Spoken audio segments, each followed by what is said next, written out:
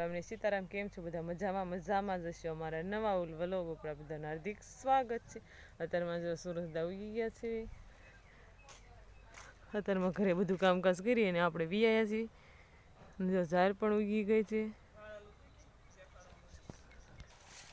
ટાંડા મને નીણ વાઢવાની છે એટલે આપણે જો દાંતણું લઈને વિયાયા છીએ અને હવે જો વાઢવાની છે નીણ। અત્યારમાં જો ઝાકળ છે, ઝીણો ઝીણો ઝાકળ પણ આવી ગયું છે અને ઠાંડા માટે નીણ વાઢી લેવી એટલે જો આપણે નીણ વાઢીને વિયાયા છીએ અને બળદ જો ખામણા છે અને હવે આપણે આપણું કામ કરવા મળીએ।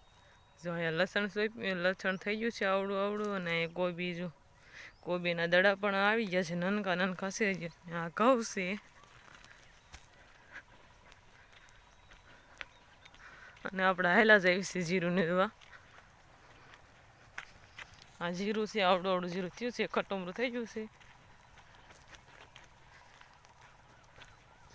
જો જીરું નીંદવાનું શરૂ પણ થઈ ગયું છે। આપણે ટાંડા માટે નીણ વાળવાની એટલે બહાર રહી જતા એટલે હવે જો આપણે પણ જાવી છીએ જીરું નીંદવા।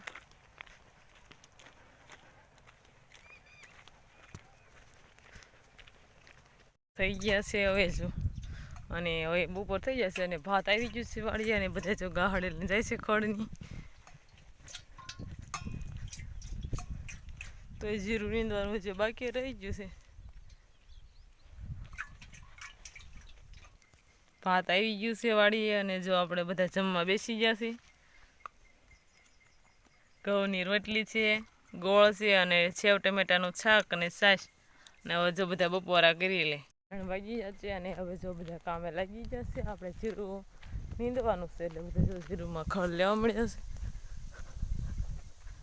3 વાગ્યા છે તો તડકો બહુ છે અને બધા જીરું નીંદવાનું આપણે ચા પીને વિયાયા એટલે મોડું જ થયું થોડુંક।